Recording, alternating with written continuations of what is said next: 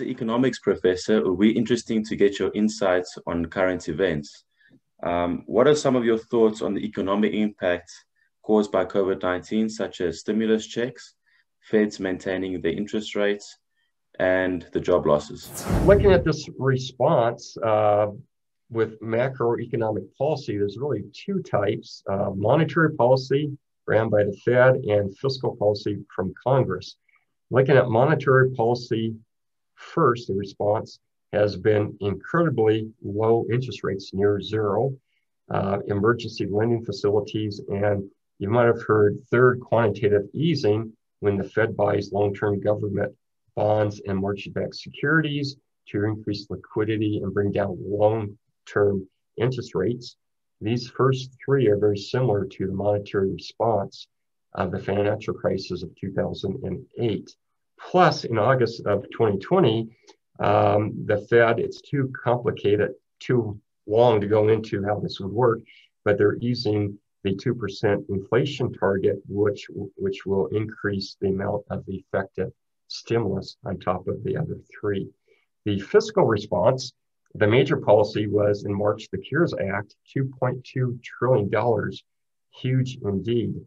It passed 96-0 in the Senate, which is very unusual to have this bipartisanship. Usually things are very partisan and controversial.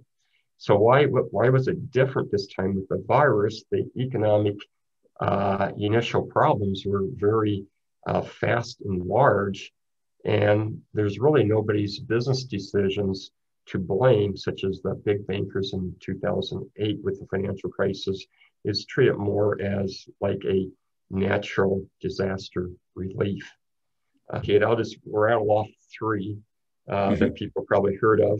The $1,200 direct payments, the Paycheck Protection Program, the PPP loans, but those end up mainly being grants in the most cases, and extra federal government unemployment benefits. But this bipartisanship did not last long.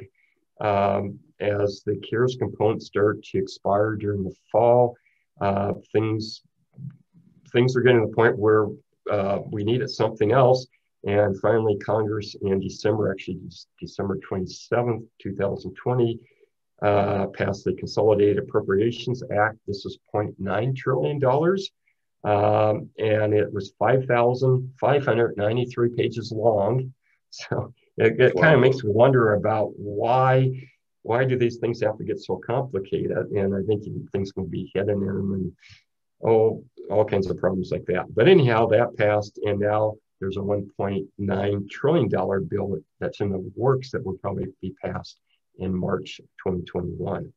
The grand total for this whole thing is over $17,000 per person in the whole country, per person. That's a lot of money. So with all this, yeah, a lot. With all this fiscal and monetary stimulus, it worked. The unemployment rate is forecast to be 5% by the end of this year. Of course, it depends upon the outcome of the virus, how it's contained, and the vaccines and all that. However, long before 2020, actually the last 40 years, we've had increased income and wealth inequality, and the pandemic has made this worse. So we've actually ended up with like a K type of recovery. Those who are still working, those who can work remotely, those who own stock, they're doing well. Some are doing better than ever. Some are making lots of money. Those working in restaurants, lodging, entertainment, cruise ships, bars, lower wage workers, places where you have to be at work, you can't work remote, things like this, and industries that were hit hard with all the ones I just mentioned.